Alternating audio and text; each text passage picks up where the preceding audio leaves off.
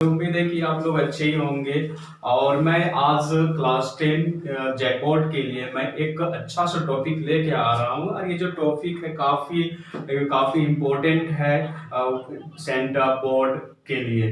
तो चलिए इस चैप्टर की ओर हम लोग चलते हैं। इस चैप्टर का नाम है हाइट एंड डिस्टेंस, जिसे हम लोग हिंदी में ऊंचाई एवं दूरी कहते हैं। ऊंचाई एवं दूरी कहते हैं।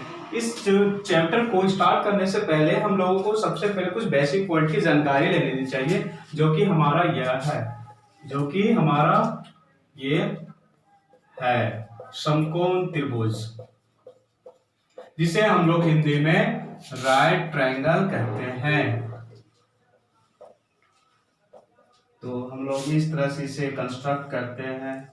ये हमारा राइट ट्रायंगल बना लेते हैं ABC। ये हमारा पॉइंट लंब कहलाता है, जिसे हम लोग P से डिनोट करते हैं। ये हमारा कर्ण कहलाता है, जिसे हम लोग H कहते हैं। ये हमारा पॉइंट आधार कहलाता है, जिसे हम लोग B कहते हैं। अब आप लोगों के बीच में ये डाउट होगा कि P क्या है, H क्या है, B क्या है। तो मैं इस चीज को आप लोगों को बताना चाहता हूं कि P मीन्स आपका परपेंडिकुलर होता है, परपेंडिकुलर। H आपका हाइपोटेनस होता है।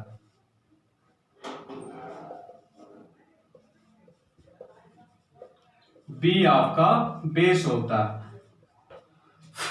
तो आप लोग को उम्मीद है कि ये समझ में आ गया होगा। P से परपेंडिकुलर, H से हाइपोटेनस, B से बेस। आप लोगों को ये कंफ्यूजन होगा कि आखिर में क्यों बता रहा हूं कि P क्या होता है, H क्या होता है, B क्या होता है। लेकिन आप लोगों को ये जाननी पड़ेगी कि इस चैप्टर में हम लोगों को ये 3 पॉइंट के बारे में काफी जानकारी लेनी पड़ेगी। ठीक है, तो उम्मीद है कि मुझे आप लोगों को समझ में आ गया होगा। तो हम लोग चलते हैं आगे इसकी ओर। तो हमारा अगला टॉपिक है हमारा elevation, angle of types of angle, कोण के प्रकार। पहला आपका होता है उन्नयन कोण,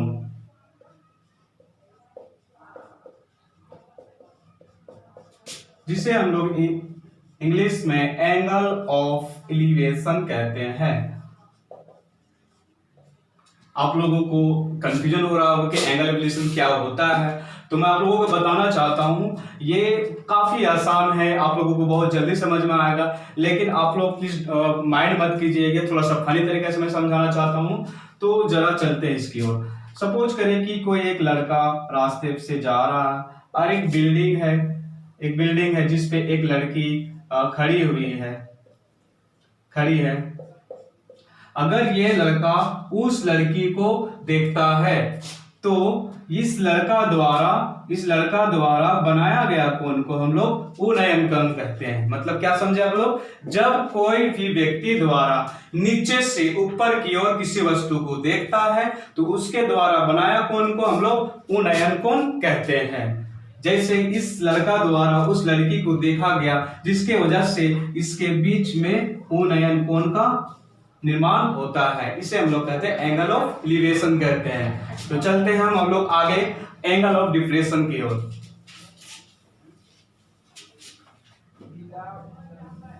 एंगल ऑफ डिफ्रेक्शन को हम लोग कहते हैं अवनमन कोण, जिसे हम लोग एंगल ऑफ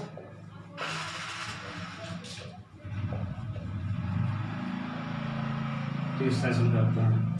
सेम वही प्रोसेस, जब एक लड़का रोड पे चल रहा है, ऊपर में एक लड़की खड़ी है, तो जब वो लड़की लड़का को रिफ्लेक्शन दे, मीन्स आप तो लोग समझ गए होंगे कि जब लड़का देख रहा होगा तो जाहिर सी बात है कि लड़की भी देख रही होगी।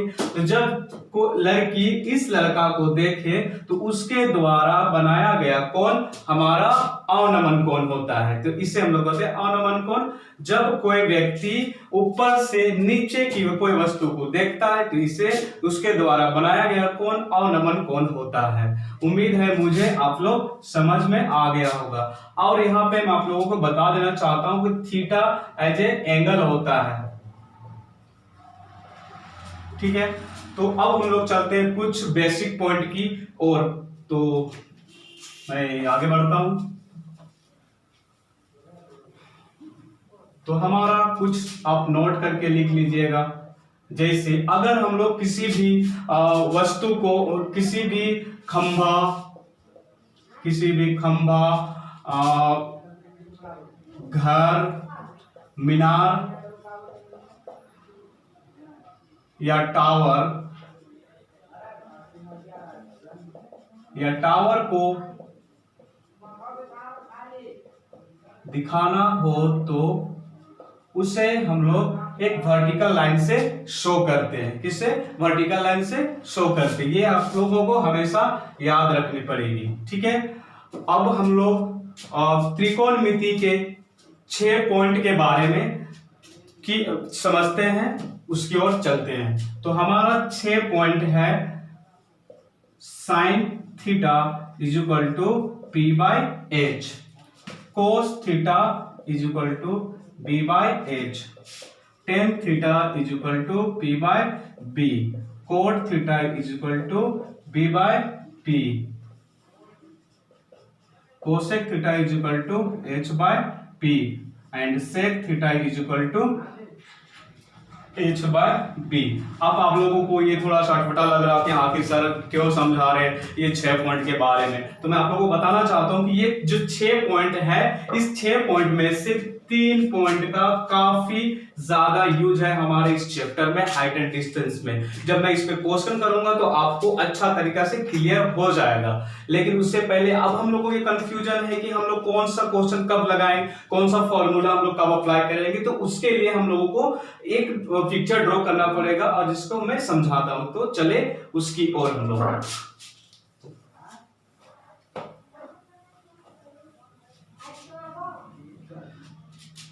तो ये हमारा राइट ट्रायंगल है, ये हमारा ए बी सी, ये हमारा थीटा हो गया, ये हमारा पी, ये b a h. P sine theta, जैसा कि हम लोगों ने पिछले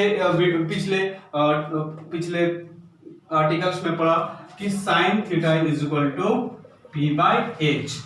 अब हम लोग को कंफ्यूजन ये होगा कि हम लोग अब साइन थीटा कब अप्लाई कर सकते हैं। तो साइन थीटा हम लोग कब अप्लाई करेंगे? जब हम लोगों को P का वैल्यू दिया गया है, P का वैल्यू दिया गया है और हमें H निकालना है।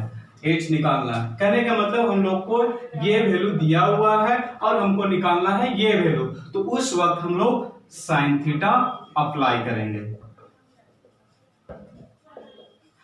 उसके बाद अगर H का वैल्यू गिवन है और P निकालना है तो उसमें भी हम लोग साइन थीटा अप्लाई करेंगे। उसी तरीके से आगे की ओर P का वैल्यू गिवन है और B निकालना है तो हम लोग टेन थीटा अप्लाई करेंगे।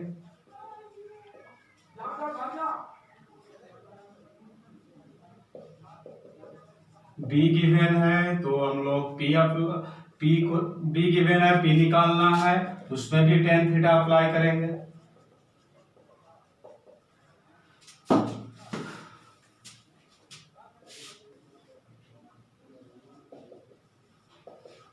B गिवन है, H निकालना है तो उसमें भी हम लोगों को cos थीटा अप्लाई करना है। H गिवन है और B निकालना है तो cos थीटा अप्लाई करेंगे। मतलब ये हम लोगों को रिमाइंड पे रखना है कि कब हम लोग कौन सा फॉर्मूला अप्लाई करेंगे। कहने का मतलब आप लोगों को अगर ये P का वैल्यू दिया हुआ है और आपको ये H का वैल्यू निकालना है तो आप कौन सा फॉर्मूला अप्लाई करेंगे? साइन थीटा अप्लाई करेंगे। जब आप लोगों को H का वैल्यू दिया हुआ है और P का वैल्यू निकालना है तो उसमें भी साइन थीटा का अप्लाई करना है। तो इस तरीका से ये तीनों चीज हम लोगों को कॉन्सेप्ट रखना है ताकि हम लोगों को पता चल सके कि हम लोगों को कौन सा फॉर्मूला कब अप्लाई करें। तो हम लोग इसके लिए एक क्वेश्चन करते हैं ताकि हम लोगों को बहुत अच्छी तरीके से समझ में आ जाए। तो चले हम लोग एक क्वेश्चन की ओर चलते हैं।